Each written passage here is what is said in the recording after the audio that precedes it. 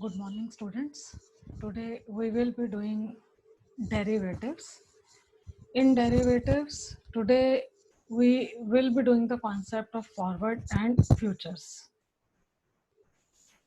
Now, what are derivatives? Derivatives, from the name itself, it is clear it is something which derives its value from the value of some other asset, right?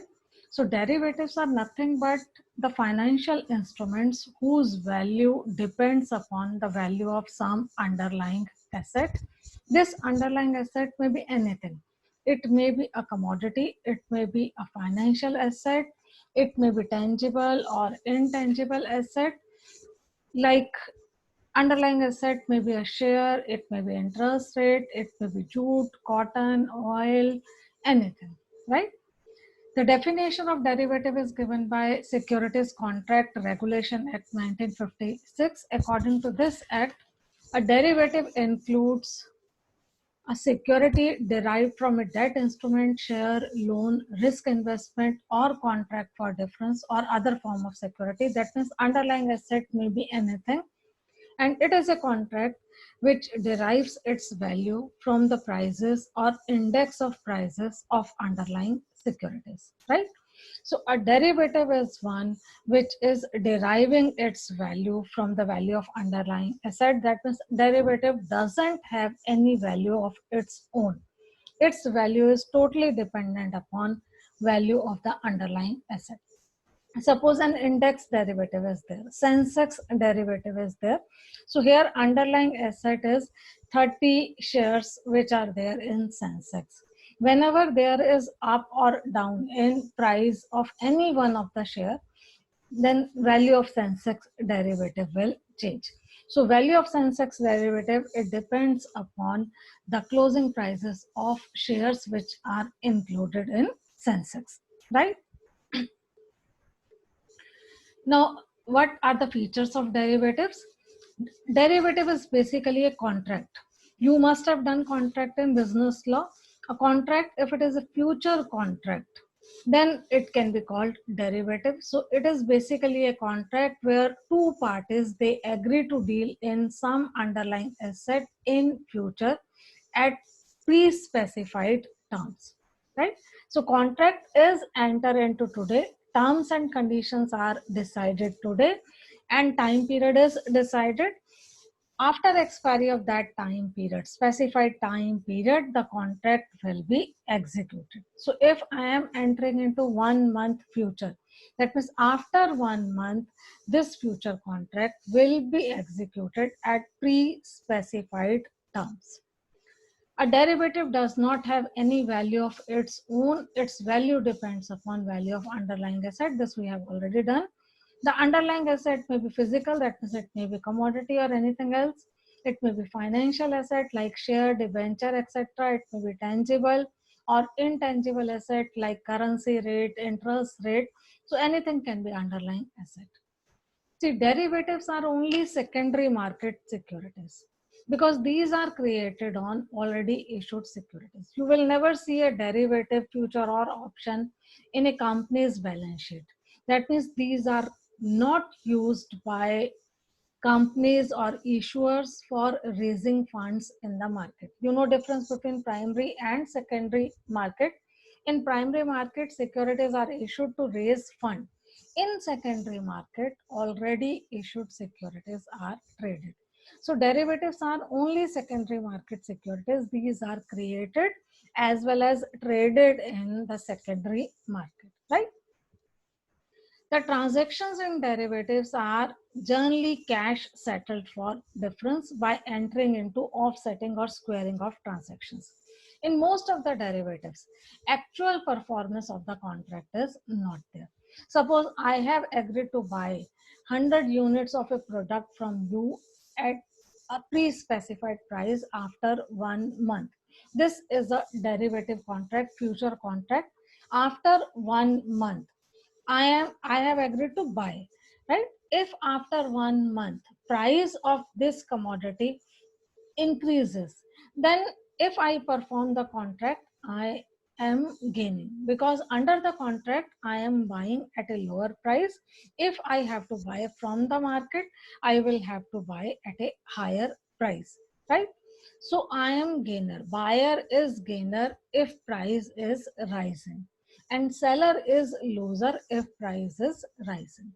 So whosoever is losing, he will be paying the amount of loss to the gainer, right? So only the difference in price. This is cash settled. I will not be taking commodity from you. I will not be paying full price to you. Whatever is the gain or loss, that is settled between the parties. And how it is done? It is done through offsetting transaction. After 1 month, I will agree to sell you the same commodity, same amount at the new price. So the difference in price is cash settled by entering into squaring off or offsetting transaction. So if the contract is for buying, after 1 month, I will be entering into selling contract at the new price. The quantity will remain same. The terms and conditions will remain same. The only thing that will change is the price, and this will lead to offsetting of the transaction, squaring off of the transaction, and the difference in these two contracts, this will be cash settled, right? So derivative contracts are usually cash settled for difference by entering into offsetting or squaring of transactions. Derivative markets, exchange traded markets, these are usually computerized exchanges. But if it is OTC derivative, that means over the counter derivative, in that situation it may not be computerized exchange. So exchange traded derivatives, these are traded on computerized exchanges like BSE, NSE. There these derivatives are traded. Now, what are the advantages of derivatives? Why we enter into derivative contract or future contract? The main advantage is ease of transaction. Transaction in the derivative market is easy to conduct. I don't require full quantity. I don't require full amount. I can enter into transaction without having the asset in hand. Physical delivery is not required. So easily I can enter into derivative contract. Leverage is there in derivative contracts because you can enter into the contract with lesser funds in hands. I have already told, only difference is cash settled, only loss is to be paid to the gainer, to the other party. Full amount is not to be paid. So with lesser funds in hand, derivative contract can be entered into. If lesser funds are required, then less borrowings are required, less interest is to be paid.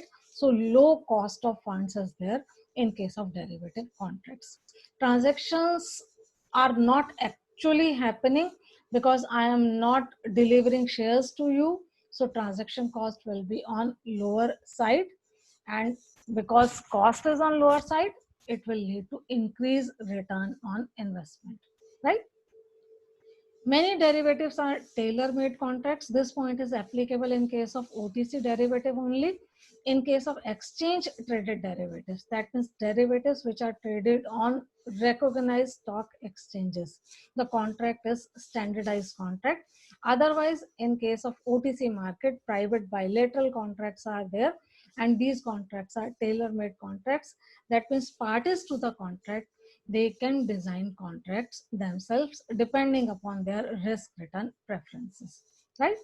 There are large number of derivatives which are available in the market. That means lot of flexibility is there to the investor. He may select any derivative depending upon his need. Derivative markets are usually very liquid markets, and these markets can be used by hedgers, speculators, or arbitrators. That means these participants can be there in the derivative market. This thing we can do in detail. Who are the participants in derivative markets? The first participant in derivative market is hedger. Hedger is a person who wants to avoid risk, who wants to cover up his risk, right? So hedgers are risk averse persons. They want to reduce their risk by entering into derivative market. Hedgers mainly buy option contract. In option contract, option holder, he can completely avoid his risk is limited to the amount of option premium, otherwise risk of loss is not there, right? So derivative contracts, these are reintroduced in India in 2000 to meet the needs of the hedgers. Hedgers who want to avoid the risk, they can enter into derivative contracts. In OTC contracts also hedging is possible. Suppose forward contract to sell some commodities in future is there. Usually these contracts are entered into by farmers. Farmers, they are not sure that in future at what price they will be selling their commodities. So they can enter into derivative contracts with the buyers where they can fix the price at which in future their harvest can be sold. So in this way, they can avoid the risk of fall in price, right? So if they are entering into future contract with the buyer, they are sure that buyer is there. They are sure that their commodities will be sold. They are sure that fixed price is there at which contract will be executed. So in this way, they are hedging their risk. On the other hand, what buyer is doing? Buyer is hedging the risk by ensuring that in future there is ensured supply of the commodity, right? So both the parties, they are trying to hedge their risk. So by entering into derivative contract, you can hedge your risk. One important participant in the derivative market is speculator. The risk which hedger wants to avoid, this risk is absorbed by the speculator. That's why we say speculators are very, very important participants in the derivative market. They absorb all excess demand and supply which is generated by hedger. They provide liquidity to the market. They assume the risk of price fluctuation which hedgers want to avoid. Without speculators, derivative market cannot exist. So derivative market, in the derivative market, speculators are very, very important participants. Now one can speculate in cash market also, but it is always better to speculate in derivative market because of many advantages which we have already discussed. Ease of transaction is there, low cost of financing, low transaction cost, and higher probability of returns, that is there. That's why speculators, they mainly go to derivative market. Third type of participants in the derivative markets are arbitrageurs. Arbitrageurs enter into arbitrage transaction, right? Arbitrage is nothing but simultaneous buying and selling in two markets where prices are different. Suppose in BSC, particular share is available at rupees 100, and in at NSE this share is available at rupees 150. So what I can do, I can enter into arbitrage transaction. I can buy at BSE at rupees 100 and I can immediately sell that share in NSE at rupees 150. So I am earning riskless profit of rupees 50 by simultaneously entering into transaction in two different markets where prices are different. So arbitrageurs, they can enter into derivative markets also because profit opportunity is there due to difference in prices, right? So derivatives like cash market, derivatives are also traded in different exchanges. If price difference is there at different exchanges, in that situation, arbitrageurs, they can make riskless profit by simultaneously entering into two transactions, right? Arbitrage is to be done quickly because price difference may not last long. Like I gave you example of BSE and NSE. If many investors, they are buying at BSE at rupees 100, then demand pressure is there in BSE. Because of this demand pressure, the price at BSE will rise, and many investors, they are selling at NSE at 150. right? Now, because of supply pressure at NSE, the prices will come down. This process will continue till prices at both the exchanges, they come at par. So whenever arbitrage is to be done, it is to be done quickly, because difference in price may not last long, right? Now arbitrage can be future arbitrage, that means both buying and selling is in future contracts. It may be cash future arbitrage, that means buying or selling in cash market and future market. And cash arbitrage, that means both the transactions are spot market transactions. So three types of participants, they can be there in derivative market: hedgers, speculators, and arbitrators. Now different types of derivatives can be there. One classification can be on the basis of underlying assets, commodity derivatives, and financial derivatives. In commodity derivatives, underlying assets are some commodities. It may be physical commodity or real asset. These are mainly traded in MCX and NCDEX, right? Earlier, these were governed by Forward Market Commission. But in 2015, Forward Market Commission was merged with SEBI. So now commodity derivatives are also regulated by SEBI. Financial derivatives, where underlying asset is some financial asset. It may be share, debt instrument, interest rate, index, etc. Main financial derivative contracts are futures and options, and these are mainly traded on BSE and NSE. The purpose may be hedging, speculation, or arbitrage. These are governed by SEBI. Another classification can be OTC derivative or exchange traded derivatives. OTC derivative is one which is private bilateral contract. That means this is not being traded on some stock exchange. It is private transaction between buyer and seller, because it is not regulated by stock exchange or SEBI. This is a customized contract, tailor-made contract. It offers lot of flexibility to the investor. They can design contract themselves depending upon their needs. But one disadvantage is there, because protection of regulators, it is not there. These contracts carry higher risk of default. These are not governed by SEBI or stock exchange regulations. The only governing act is Contract Act, right? So high default risk is there in case of OTC derivatives. Forwards, swaps, these are examples of OTC derivatives. Exchange traded derivatives are traded on recognized stock exchanges like BSE, NSE.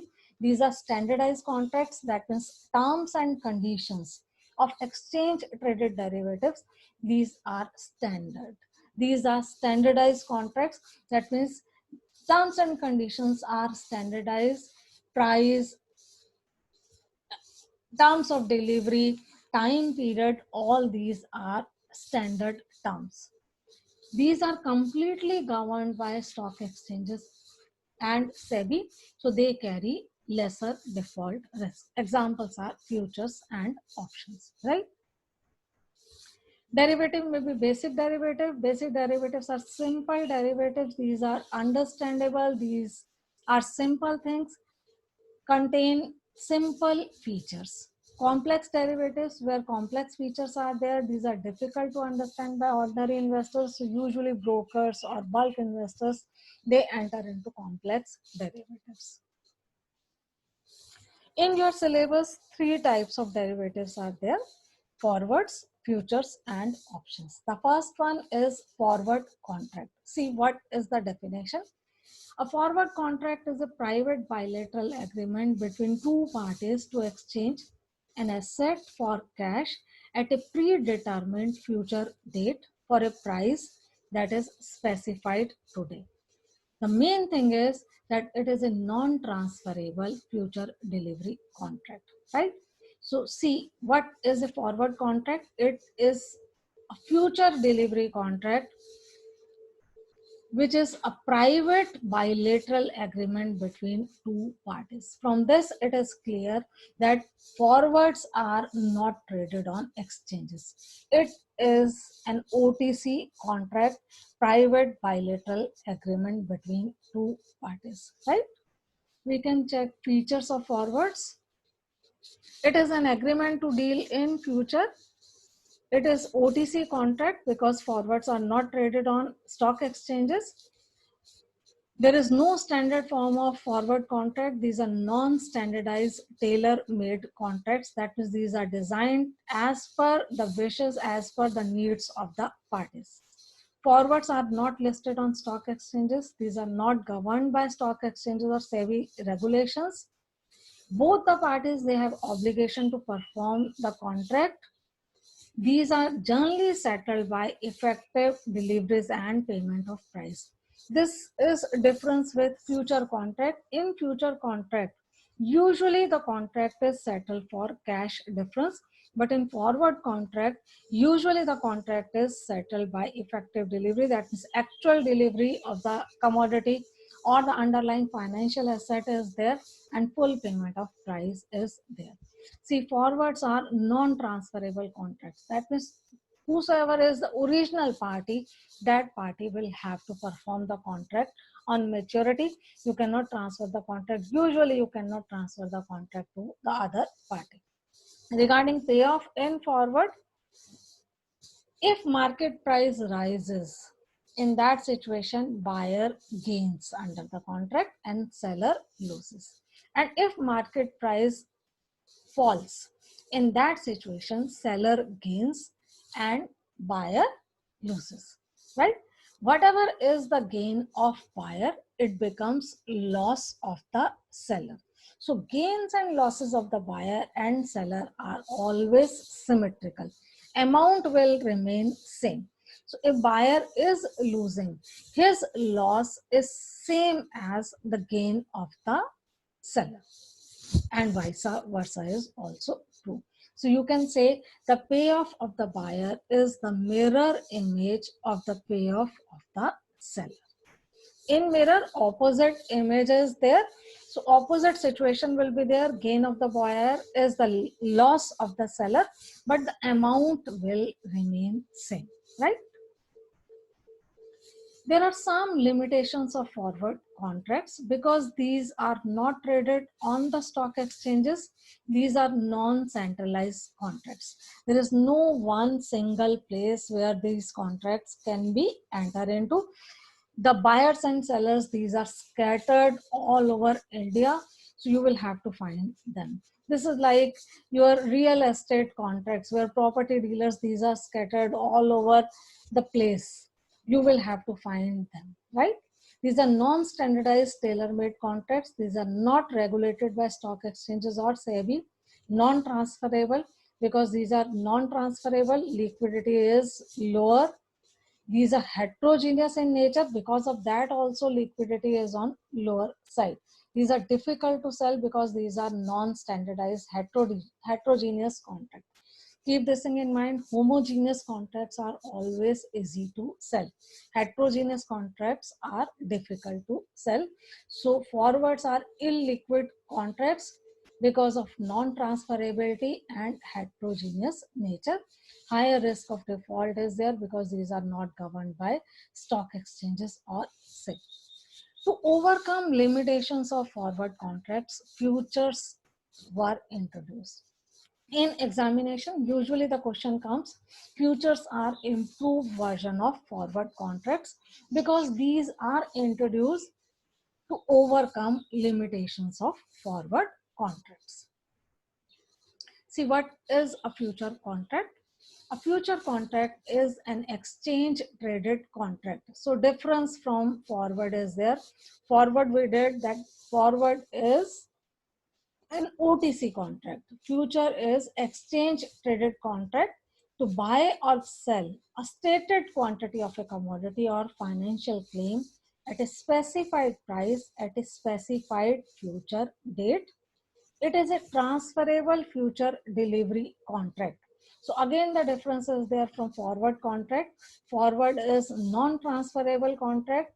Future is transferable contract, where the parties to the contract can transfer the rights and obligations under the contract to a third party. You can say futures are a major innovation in the field of finance. Through financial engineering, future contracts have been created. Futures overcome all the limitations of forward contracts. Let us check features of future contracts. These are exchange traded derivatives. These are traded on recognized stock exchanges. These are standardized contracts in terms of quantity, date, price, units, etc. Because these are traded on stock exchanges, standard terms and conditions relating to these, they are there. Futures can be there in commodities as well as financial claims, but mostly futures are in financial claims. In your syllabus, only financial derivatives, they are there. In future, we use the term long and short position. A party having long position is nothing but buyer.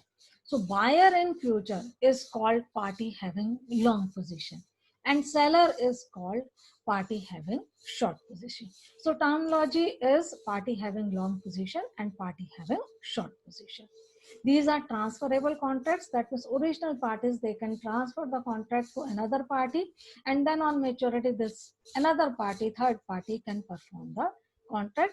Usually futures are cash settled for difference.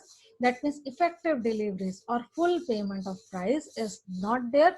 This we did in features of derivatives also. The contracts are usually cash settled for difference. That means on the date of maturity, you will be checking only loss and gain. Whosoever is the loser, he will pay the amount of loss to the gainer.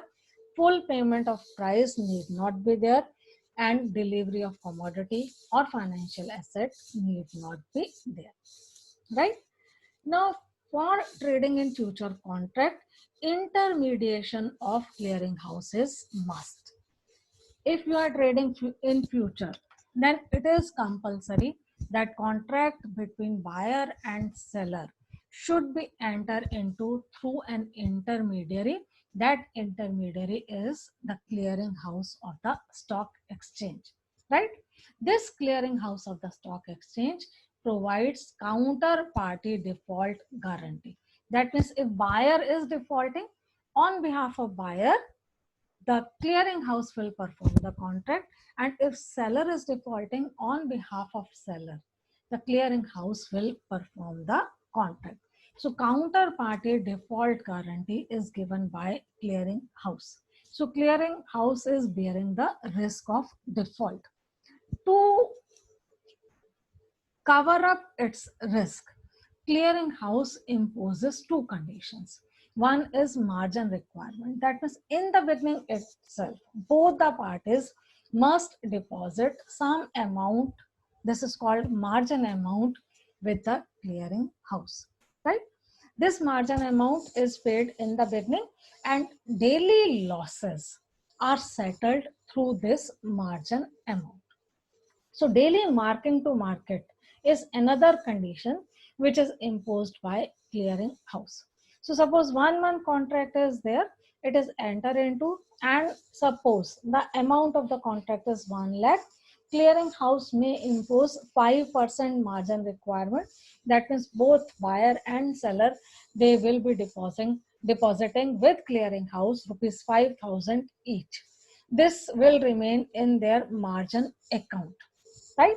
Now, after say day 1, suppose price rises. If price rises, buyer is gaining, seller is losing. Whatever amount of loss is there, it will be transferred from seller's account to buyer's account at the end of day 1.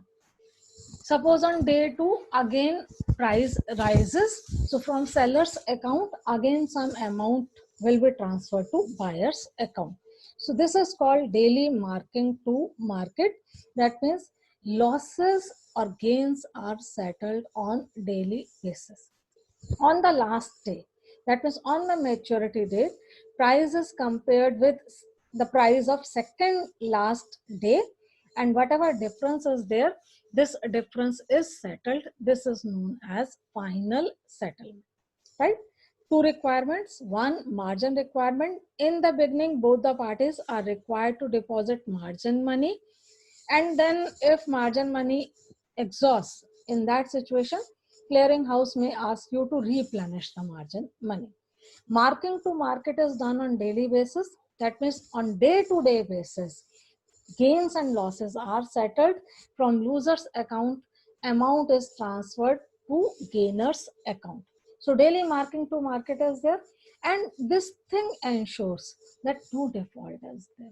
So in future market, risk of default is on lower side.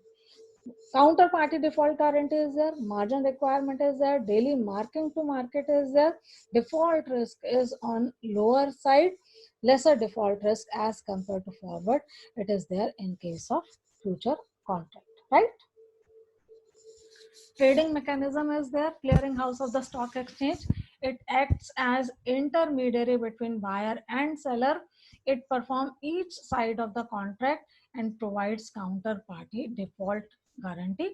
To protect its risk, it imposes some requirements. One is margin money. Both the parties, they have to deposit initial and maintenance margin with the clearing house. And it ensures that these parties, they honor their obligation. Daily marking to market is there. Profits or losses, these are settled on daily basis out of the margin money. If sustained losses are there, then clearing house may ask the party to replenish the margin money. If you are not replenishing the margin money, then your account may be closed by the clearing house. That means the broker or clearing house may take your position.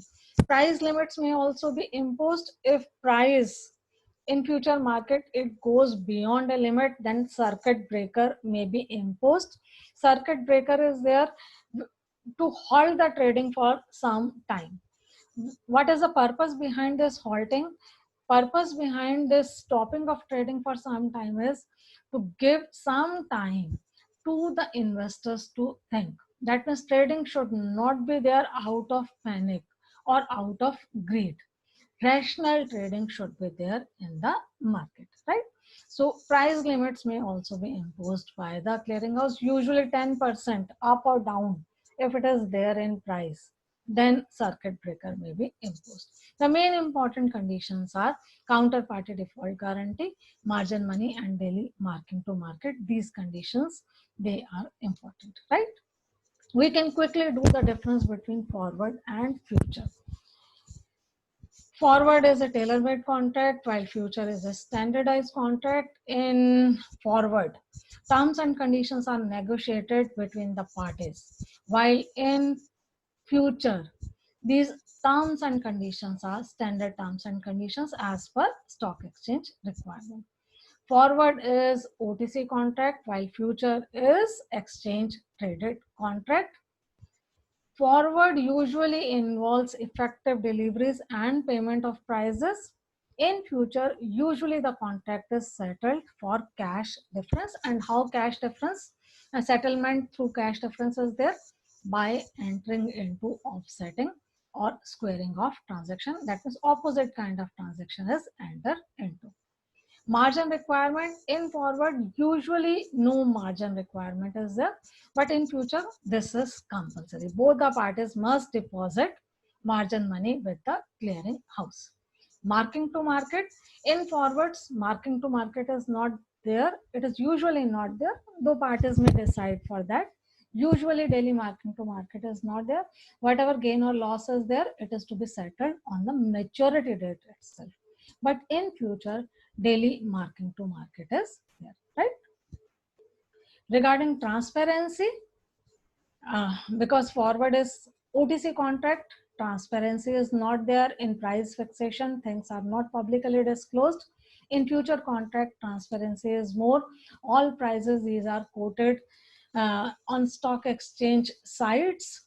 So more transparency is there in case of future contract. Forwards are non-transferable contracts, futures are transferable future delivery contracts. Liquidity definitely is lesser in case of forward contract. The main reason is non-listing, non-transferability, and one more reason you can give, heterogeneous nature of contract. In future contract, liquidity is more because these contracts are listed on stock exchanges. Transfer of contract is possible before the maturity date. That means original parties need not continue with the contract till maturity. And contracts are homogeneous in nature, and because of that also liquidity is on higher side.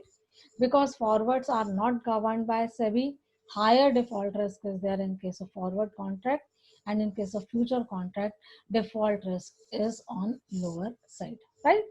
So this is regarding difference between forward and future.